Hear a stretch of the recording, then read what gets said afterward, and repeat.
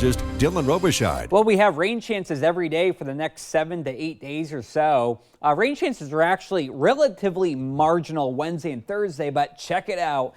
By Friday, going into Saturday, they're back up. And in fact, those will be the two best days to get some significant rainfall. So things were so dry and warm because we had high pressure on top of us, but this whole thing collapses late in the week. And by this weekend, look at this big old trough of low pressure, a stronger jet stream, and then we just have this conveyor belt that will be feeding storm after storm after storm. And in fact, watch it with me. Storm number 1 comes in Friday going into Saturday. We have another cold front coming in on Monday. And then by the middle of next week, we have a third system. And then you get where I'm going with this, right? By the end of next week, we have another system right behind that one that rolls in for late next week. So things get pretty active. But let's go ahead and zoom in on exactly what we get for the weekend. And we're just going to narrow this down to Friday, Saturday, and Sunday. And I'm thinking that the Cascades, I mean, we could be talking 1.5 inches there, 1/2 inch to maybe 3/4 of an inch here in the valleys when all is said and done.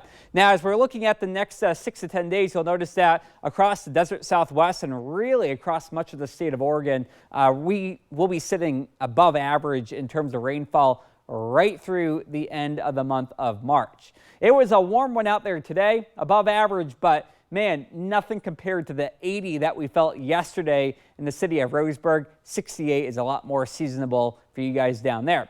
Right now, though, we're sitting mostly in the 50s and 40s out there, a little bit warmer off to the south. Tonight, though, we dip down to the middle end of the 40s, so it will be relatively cool when you wake up tomorrow morning. The next week or so, look at these nighttime lows as we'll be sitting in the 40s essentially every day. And again, we're not looking at any major blasts of cold air anytime soon. It does get cooler, though. Look at the jet stream way down towards southern Oregon and northern California. That opens the floodgates to all that cold Canadian air that has just been kind of sitting up there. That's going to move down to the south. Tomorrow, though, in the city of Roseburg, we make it up to the lower end of the 60s. And across the Oregon coast, we're looking at the upper 50s. And as we work our way into the valley, we're looking at highs in the low 60s by the afternoon. As we look at the next 7 days, we do get some brightening here on Sunday. And in fact, we've kind of cut back on the rain chances here on Sunday. Looks like Saturday will be the rainier of the 2 days.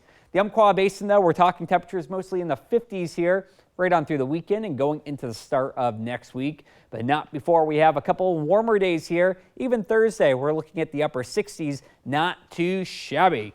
Across the Cascade Passes, we get a rain-snow mix through the weekend going into next week. Right now, I don't think that we're going to have enough snow to warrant any winter storm warnings up there.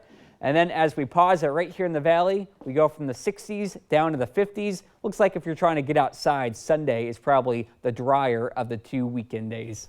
I won't lie, not quite ready to say goodbye to the sunshine. It was all too nice. Yeah, before you know it, it'll be sunny and hot every day, though. Can't wait. Yeah. Thanks a lot.